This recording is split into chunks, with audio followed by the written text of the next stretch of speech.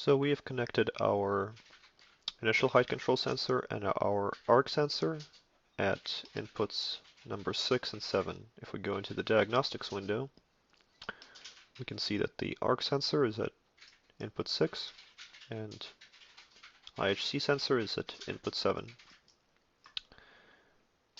Now we can go into settings, configuration, hardware PLC,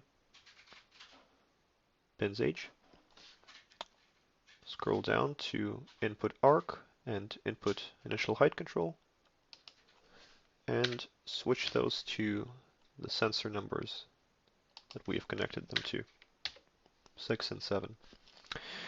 Then click Save All, Build All, and Send.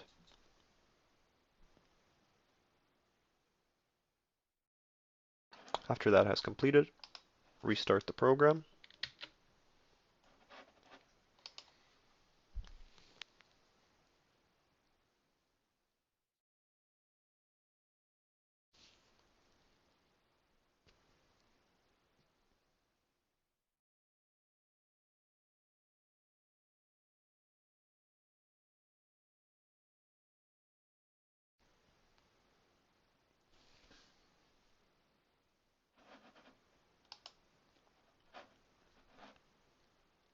Okay, we can go into the Plasma tab and check that our arc sensor and our IHC sensor are both functional.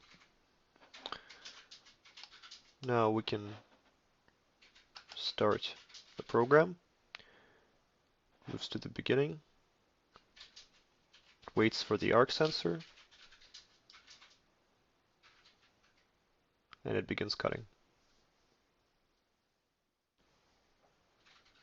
After the arc sensor is activated, as you can see here. Note that this is with both the THC and IHC off. Now, if we turn IHC on, load the program, right here somewhere, and start, it's going down, it hits the IHC sensor, and here's the arc sensor, and it starts cutting.